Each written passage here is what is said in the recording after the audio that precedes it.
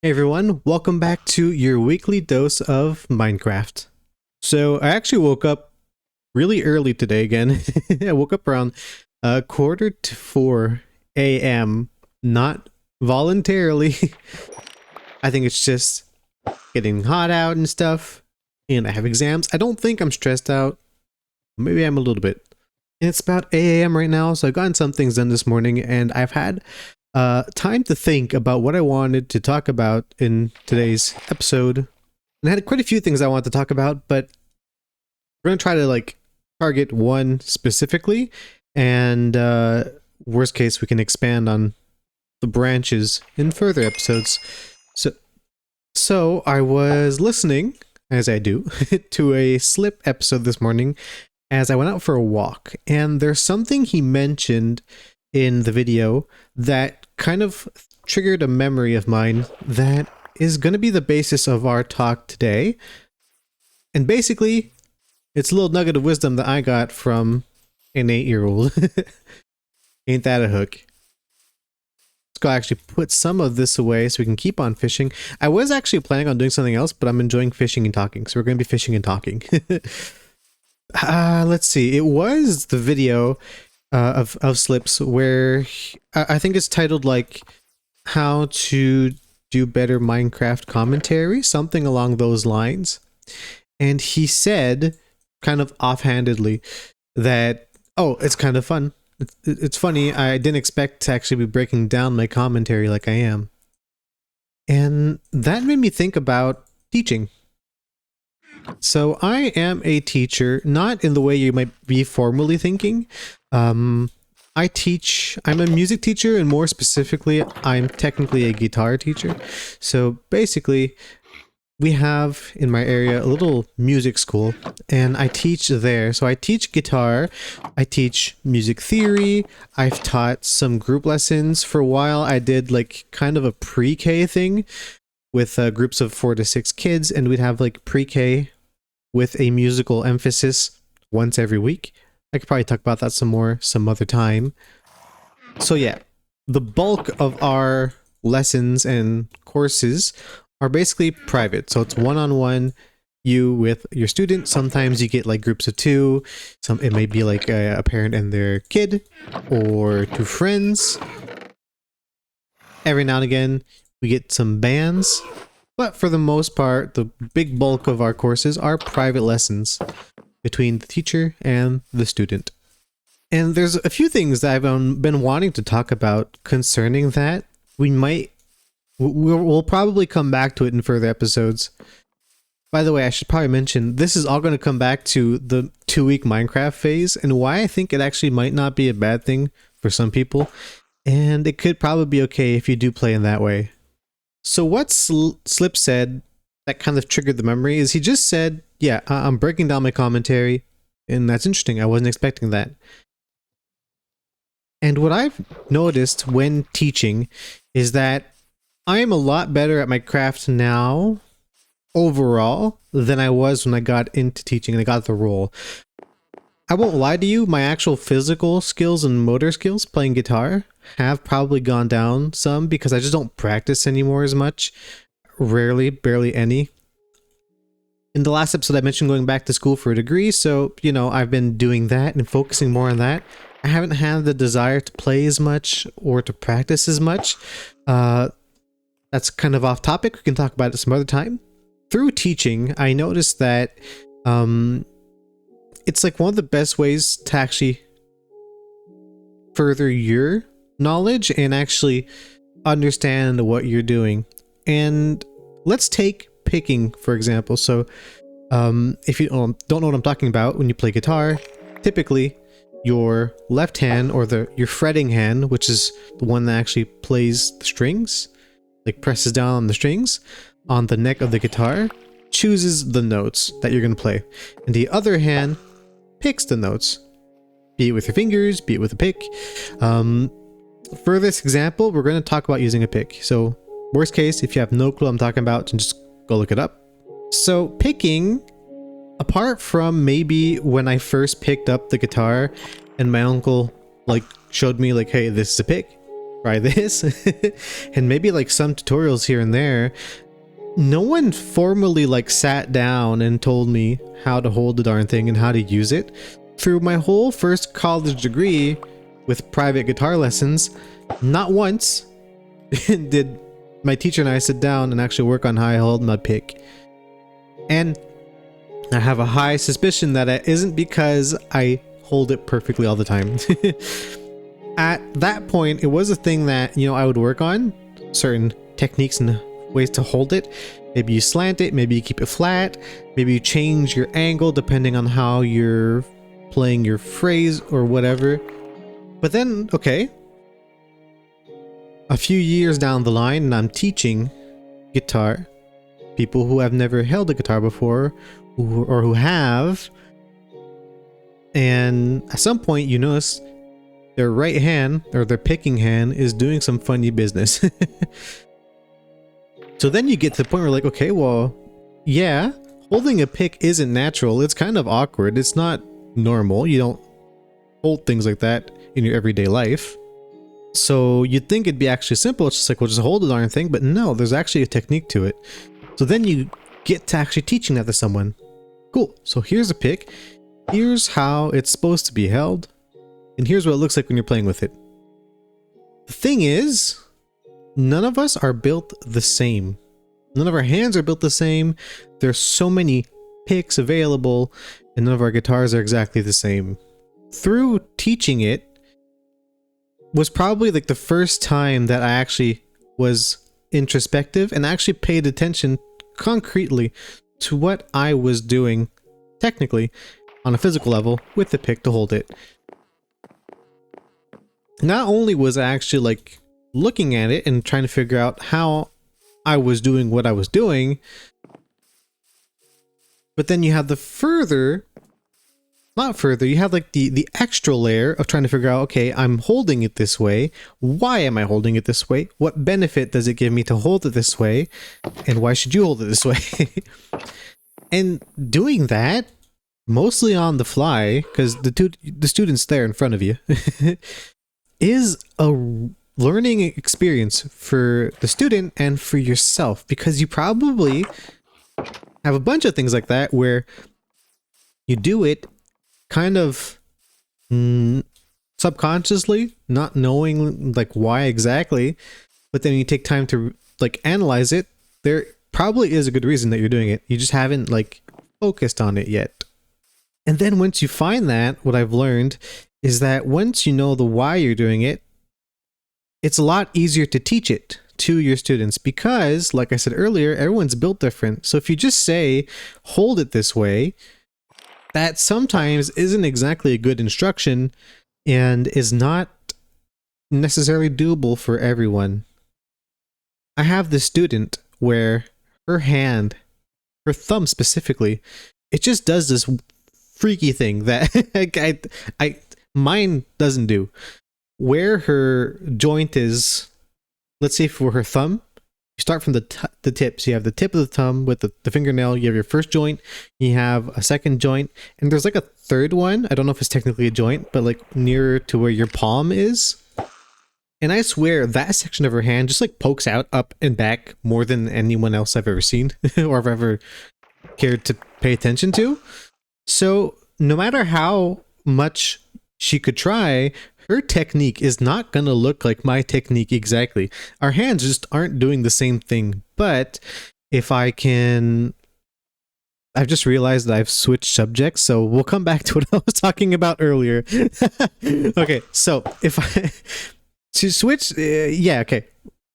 If I can understand why I'm picking the way I do and why I'm choosing certain positions for certain techniques, if I can get to the why, I can then try to teach her the why I'm doing certain things, and then she can take that why and apply it to her own hand and take my guidelines and carve her own technique.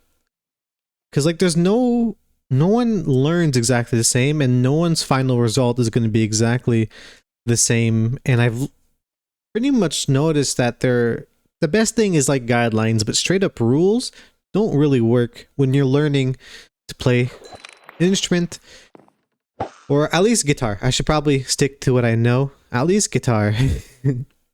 So yeah, it's something that I learned.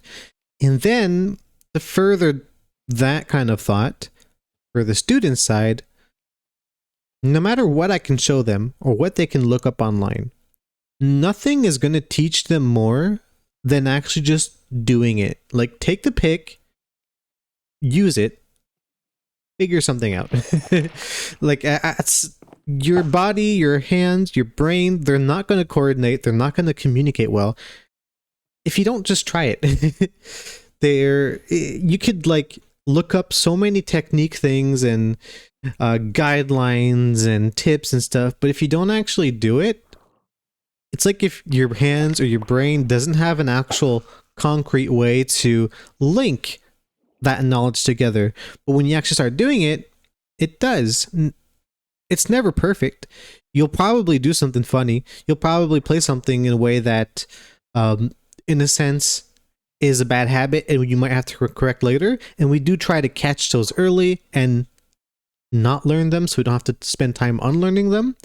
But no one's perfect, and I feel like if you try, my game's frozen by the way, so I'll just keep talking.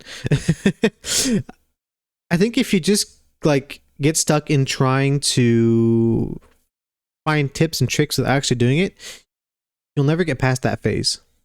Okay, everything seems to be fine. I'm suspecting it might have been the shaders. I don't usually actually play with shaders, but I had a viewer ask for shaders in the Techtopia video, so this one's for you, buddy.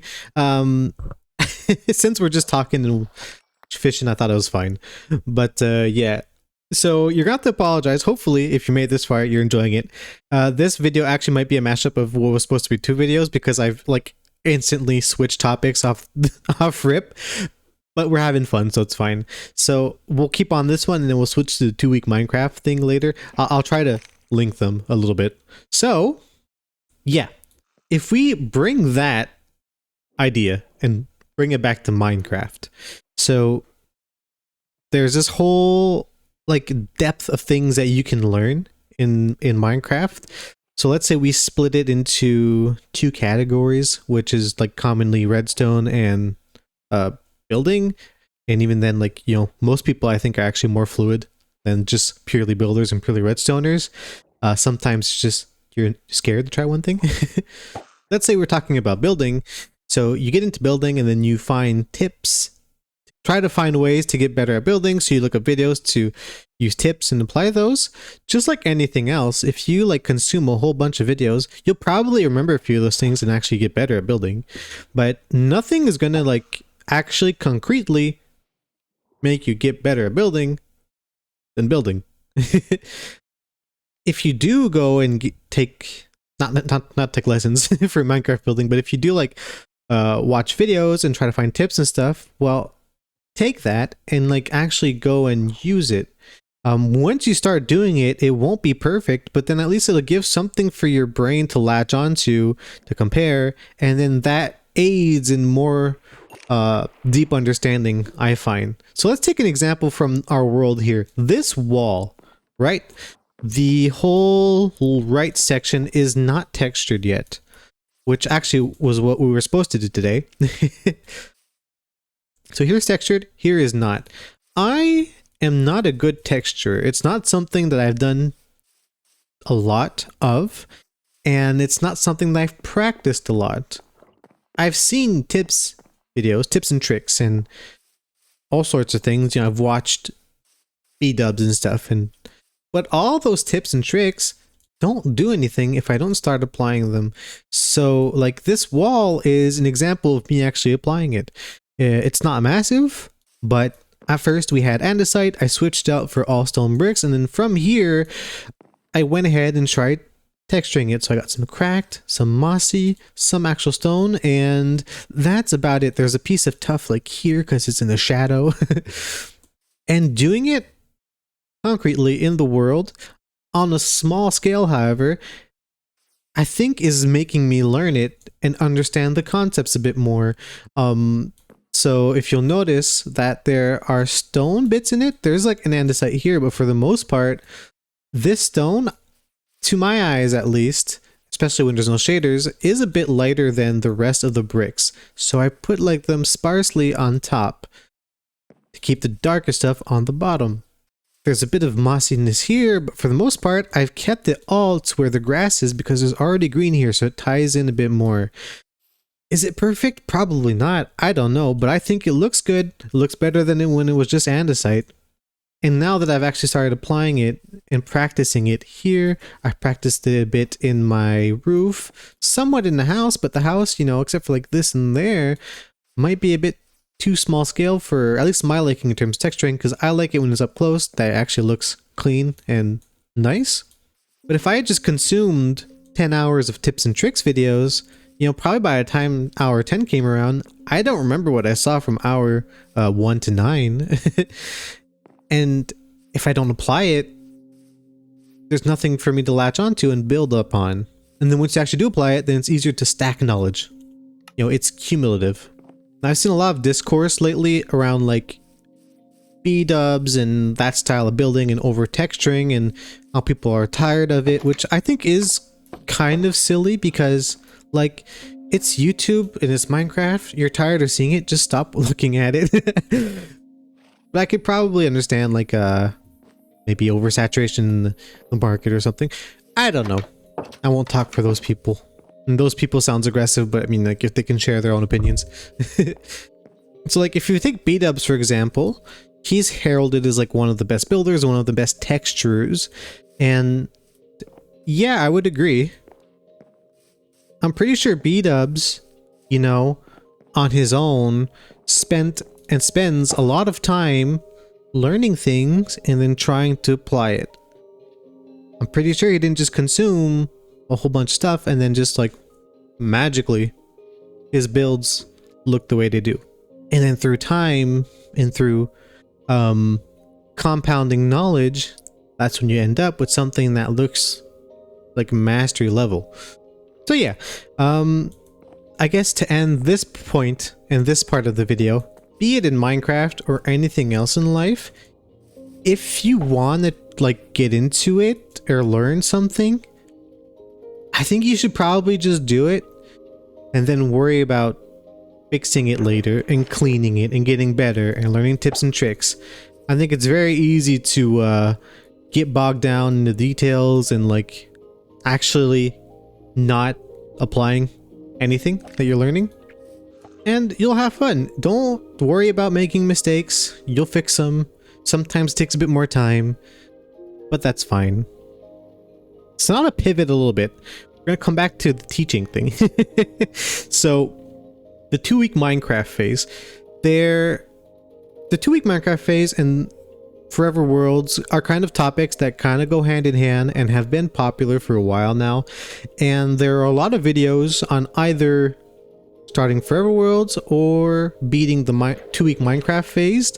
And I don't necessarily disagree with a lot of what they say, so don't take this as that. More so, I think I like to send counter arguments. Just at in my nature, I like to argue a little bit, I think. So I've been thinking, I think a lot of what they say in those videos and a lot of what they propose to beat the 2-week Minecraft phase and to do like Forever Worlds are good ideas and are worth trying. And like kind of tying into what we just said, I think by trying those things, you'll learn for yourself what sticks, what doesn't stick, what do you enjoy, what do you not enjoy. So yeah. So I'm going to approach the topic from something that I've been thinking about due to teaching, and maybe propose an alternative, or maybe not. Think of it more as a thought experiment. So, like I said before, I am a teacher, and lately I have had less students just because I also have some, how would you say? By the way, sometimes I get lost for words. It's because where I live and where I work and everything, it's all in French. So sometimes I get like little brain farts trying to translate. I have an administrative role at the school as well. So I teach less, and also I wanted to teach less just because of reasons that we'll get into some other time. So I have fewer students and I'm a bit more selective with my students. I have a student that is somewhere between between 8 and 12. I have a hard time with ages when they're that young. It's a kid. So yeah, I had this student and he's a guitar student. I've had him for about 2 semesters now, which is about 8 months worth of classes. And he's not at a point where you'd think 8 months of classes would get you, which might be faulty thinking on my end, but you know, there's that. So I asked him, quite recently, I asked him, hey, do you actually enjoy the lessons? Do you want to be here? Or do you want to like just do something else? You can be honest with me. I'm not like going to take it bad. I'm not trying to reprimand you. I just want to know, do you actually want to be here? Or would you rather be somewhere else and you're just here because your parents want you to be here? And for the most part, usually students are actually comfortable when you ask them that question. You get to like develop some kind of bond with your students. And the short version of the answer that he gave me was pretty much, yeah, I want to be here. I like coming to the classes. I like guitar. I don't like it that much, but I like it. I don't like it enough to like practice every day or even maybe 3 times a week, but I like playing. I don't really care if I don't learn too much. I just like doing it. Like that seems, how would you say this? It seems like a small thing on the surface, but I think if you think about it a little bit more, that's actually quite sage in like as a philosophy, I guess. We've been catching a lot of stuff. This is quite relaxing. We're gonna try to not break this fishing rod. I want to keep it. So this might just be me speaking, but I've noticed that for a lot of things, I kind of, when I get into something, I really usually get into it and I want to be really good at it. So if I don't excel at it, it just feels like I suck. Like I'm not okay. I suck. So it's like sometimes it's like an all or nothing mentality where we have this kid just like enjoying it for what it is. And I think that's sage advice, maybe. So that got me thinking about Minecraft a little bit. And I haven't really played on SMPs very much. I have 2 realms, which was basically like the same thing twice with family members during the holidays. And I had a few worlds that I started up with my fiance when she did want to play with me. And she actually introduced me to the game, so thank her for that. And both of those realms ended up dying out after a certain amount of time because no one was playing on them anymore. And for me, if no one's playing on them, then I'd rather just come back to my solo worlds and make videos for you guys than to stay on those worlds. That kind of sucks. And what I noticed when playing with them, especially like before and after, is that they never shared a sentiment of like being bored and being like, I wish Minecraft had more progression or whatever. No, we played, had fun, and then once they did what they wanted to do, they just kind of like went away and did other things, and then that was it. There was no negativity, no feelings of like, the game's boring now, or it's not doing enough. Gee whiz, dude. I have no armor on, by the way. I will not fight them while talking to you guys. I don't have that kind of mental capacity right now. Let's see what else we could probably do. I think we'll try to sneak out back and mine some cobblestone. Okay, I think we're safe. So yeah, there was never a feeling of them like getting necessarily bored or like thinking the game sucked or nothing. They just stopped playing. So basically, they just enjoyed the game for what it was, and then once their enjoyment was had, they moved on with their lives, played other things, did other things altogether with, and they'll probably be back by the time the next holiday season comes around and we open up new realms. Or maybe they won't, but they probably will. Now, the thing I've noticed, and like, this isn't me reproaching anyone necessarily, but I feel like sometimes and this isn't everyone, but I feel like sometimes some of the arguments that I've seen for Forever Worlds, but more so arguing like about the 2-week Minecraft phase, is that it's approached in a very, very negative light. And I think if you like watch a bunch of those, there might be a part of you that starts enjoying the game less just because everything you see is in that negative light, right? So you'll get into them, and if it's a 2-week Minecraft phase thing, they're like, oh, well, Minecraft has to add this, this, this, and this. By the time they're done listing the changes, it's just a different game. It's not Minecraft anymore. Or for the Forever World side, which is more what's interesting, or more what's, I guess, what did I just make an axe for? I guess the Forever World thing is more related to what we're talking about.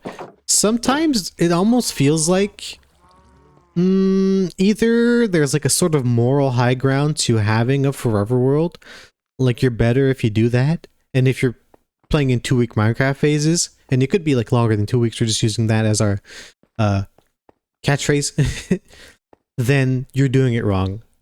And I feel like it pushes on the idea to people that you're doing it wrong. If you're not enjoying it long term, you're doing it wrong.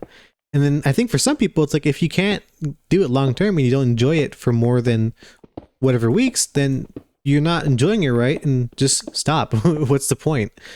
And it kind of reminds me of like the discourse around Elden Ring and Dark Souls, where if you don't play in the hardest way with blindfolds and whatever, you're not enjoying it the way it's supposed to be enjoyed, and you're ruining the experience. And I do think sometimes there are some valid points that come out of that.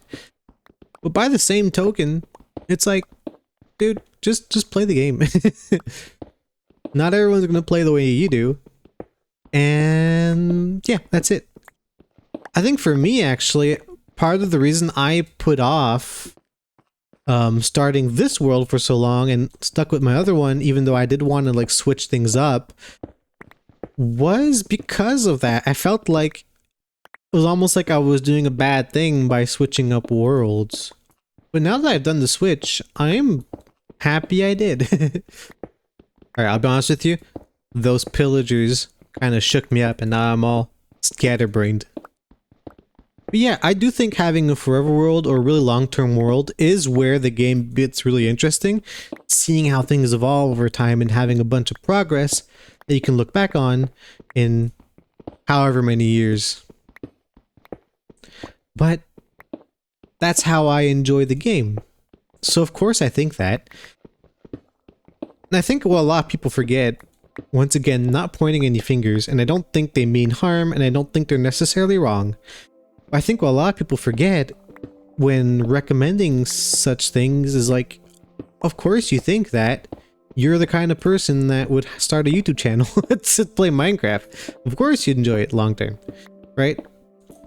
And I think what happens is a lot of people might watch those videos and either A, depending on which ones you watch, come out of it and like suddenly or gradually start not liking Minecraft because you just see a bunch of videos complaining about it and how it sucks, how the progression sucks, the weapons suck, copper sucks, copper golems suck, vintage story is better. You can do it by hand, and it's like, okay, like if you actually think that, go play Vintage Story. I've played it. I love Vintage Story. I think it's amazing.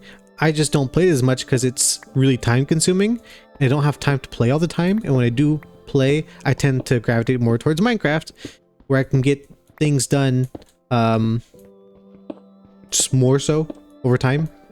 But I think if you watch those and you aren't careful to like keep an open mind and think your own thoughts, it's easy to like get bogged down and start like seeing only flaws in things that you formerly liked, be it Minecraft. For me, it happened a few times with like sometimes when I was playing Elden Ring and I watch videos and complaining about some things and like, yeah, you know what, that does feel cheap, yeah, it does suck, this is, and suddenly I just see like unfairness and quote-unquote bad game design where formerly I was just having fun.